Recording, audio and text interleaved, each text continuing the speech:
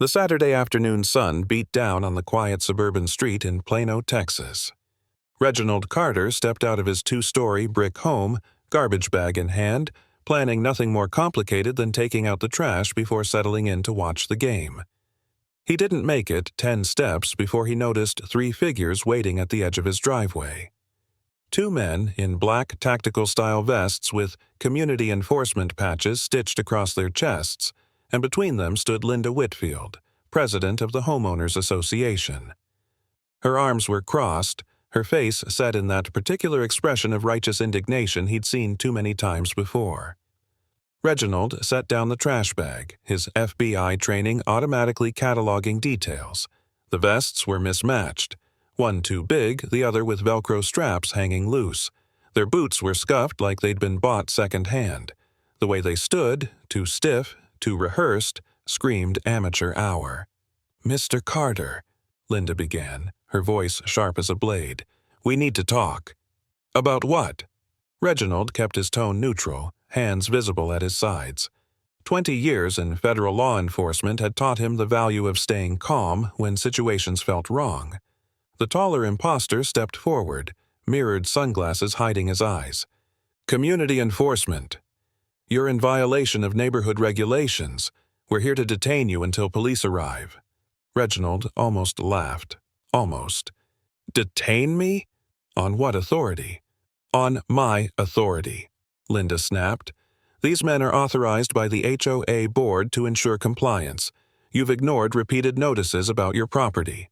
Reginald glanced at his pristine lawn, his well-maintained driveway, his house that met every single HOA regulation down to the approved shade of trim paint.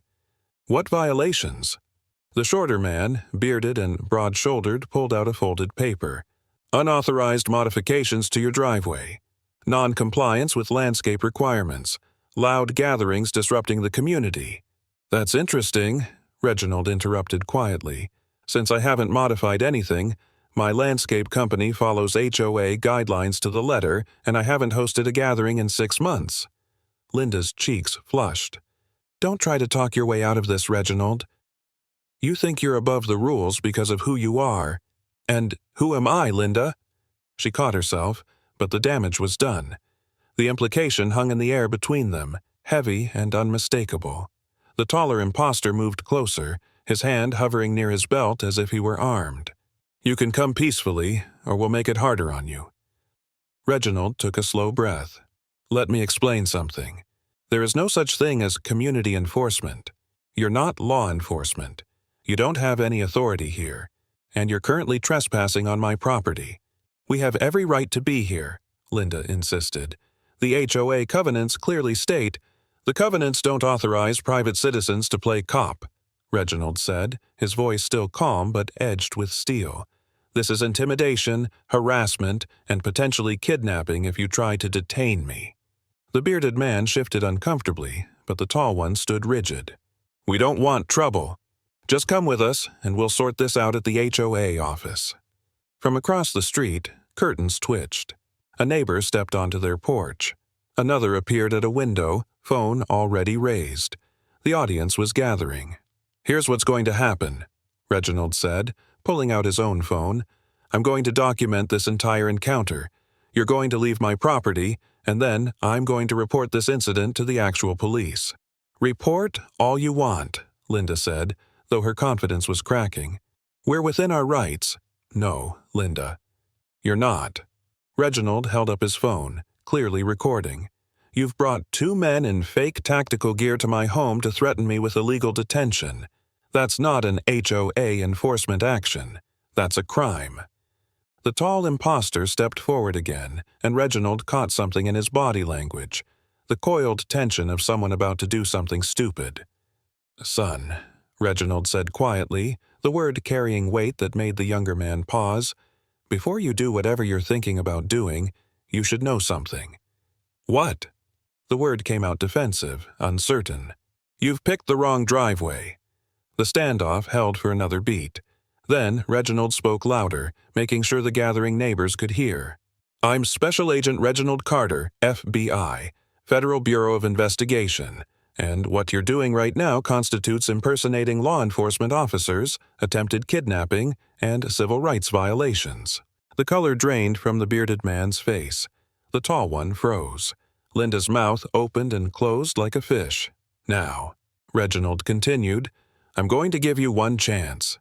Leave my property, remove those ridiculous vests, and pray that I decide this isn't worth federal charges.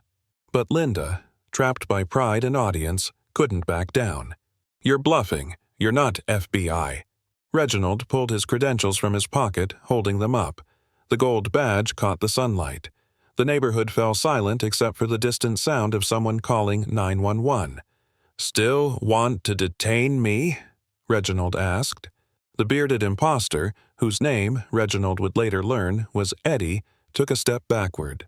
Linda, this is crazy. We need to go. We're not leaving, Linda insisted, but her voice shook now. He's trying to intimidate us. He's FBI, Eddie hissed. Real FBI. We're impersonating officers. The tall one, whose name was Sean, was already backing toward the street. He yanked off his vest like it was on fire. Cowards!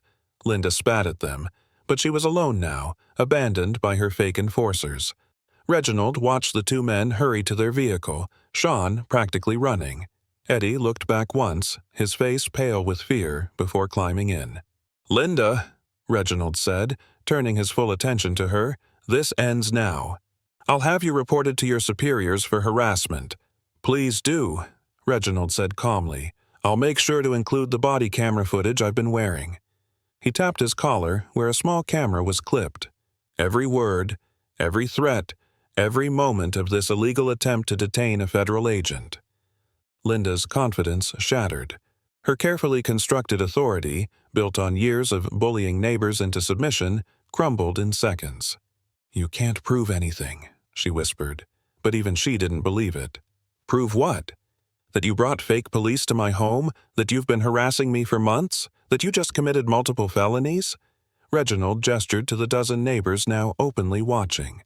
I have a dozen witnesses and 3 recording devices. What do you have? Sirens wailed in the distance. Real police responding to neighbor calls. You've destroyed the community, Linda said, tears of frustration in her eyes. No, Linda. I protected it. From people like you who think a title gives them the right to abuse others. The police cars pulled up, and Reginald calmly explained the situation to the responding officers. They knew him. He'd worked with the department on multiple cases. Their expressions darkened as they understood what had happened. Where are the 2 men? One officer asked. They fled, Reginald said, but I have their license plate, their names from their vest patches, and clear video of the entire encounter. The officer turned to Linda. Ma'am, I'm going to need you to come with us. For what? Linda's voice rose. I haven't done anything illegal. Conspiracy to commit kidnapping, impersonating law enforcement, criminal trespass, and we'll probably add a few more charges after we review the evidence. As Linda was led to a patrol car, she turned back to Reginald. This isn't over. Yes, Reginald said quietly, it is. The next week, the neighborhood was transformed. The story had spread like wildfire, not just through Plano, but across social media. Video from Reginald's body camera, combined with footage from a dozen neighbors' phones, had gone viral. The HOA board held an emergency meeting. Linda was stripped of her position. An investigation revealed she'd been using her authority to target specific residents, primarily people of color, with frivolous violations and intimidation tactics. Eddie and Sean were arrested at their homes. It turned out Linda had recruited them from a private security company she'd partially owned, promising them legitimate work before pulling them into her scheme. But the real change came in the community itself. Neighbors who'd stayed silent for years about Linda's bullying came forward. Stories emerged of harassment, discrimination, and abuse of power hidden behind HOA regulations. Reginald stood at a community meeting 3 weeks later, addressing a packed room. I didn't move here to become an activist, he said. I moved here for a quiet place to raise my family. But silence in the face of injustice is complicity. He looked around the room at faces both familiar and new. What happened to me wasn't unique. It was just visible. How many of you have been harassed by your HOA, made to feel unwelcome in your own homes? Dozens of hands went up. That changes now. Not because I'm FBI, but because we're a community. And communities protect their members, not terrorize them. The applause was genuine, heartfelt, but Reginald knew the work was just beginning. Months later, Linda faced trial. The charges were serious: conspiracy to kidnap, impersonating officers, civil rights violations. But more damaging than the legal consequences was the public humiliation. The woman who'd ruled the HOA with an iron fist was exposed as a bully who'd recruited fake police to enforce her will. Eddie took a plea deal, testifying against Linda in exchange for reduced charges. His testimony revealed the depth of Linda's scheme. She'd planned to use the fake community enforcement team to intimidate multiple residents who'd challenged her authority.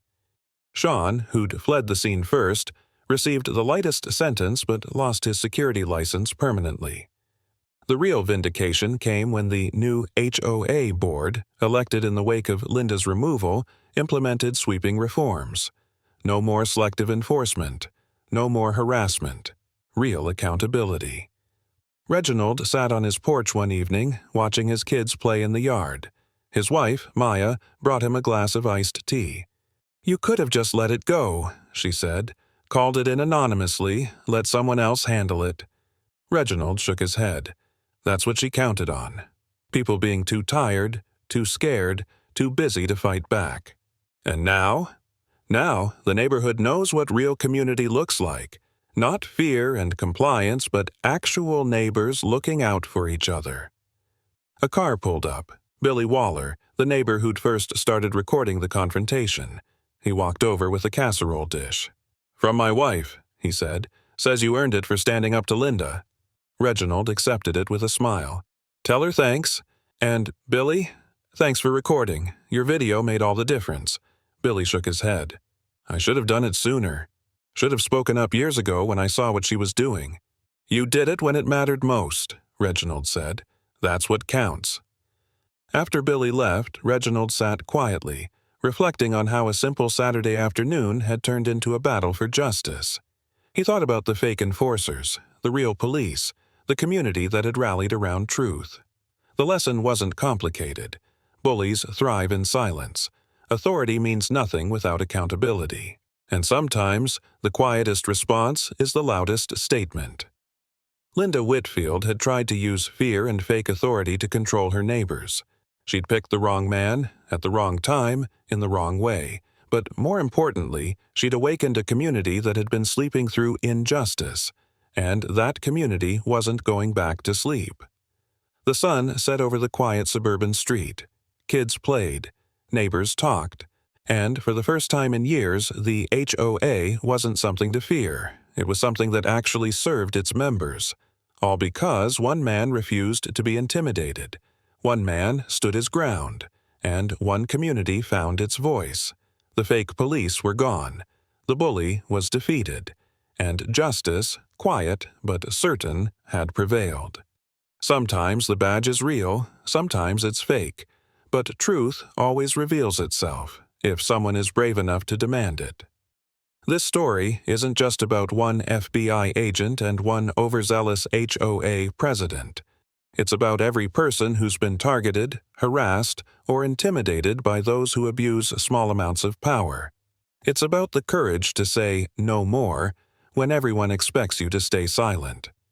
Reginald Carter could have shown his badge immediately, ended the confrontation in seconds. But he waited. He let the situation develop. He documented everything. Because he knew this wasn't just about him. It was about every neighbor Linda had terrorized, every family she'd driven away, every person she'd made feel unwelcome in their own home. By standing his ground calmly and letting the truth emerge naturally, he didn't just protect himself, he protected his entire community. That's real authority. Not the fake vests and empty threats Linda relied on, but the quiet strength of someone who knows their worth and refuses to be diminished. If this story resonates with you, share it. Let it remind people that bullies, whether they're HOA presidents or anyone else, only have the power we give them. The moment we stand together, the moment we refuse to be silent, their authority crumbles. Subscribe to Real Justice Stories for more tales of courage, community, and the power of standing up for what's right. Because real justice doesn't always come with handcuffs and courtrooms. Sometimes it comes with neighbors recording on their phones and a community finally saying, "Enough." Thank you for watching. Remember, you don't need a badge to demand respect. You just need the courage to stand your ground when others try to tear you down.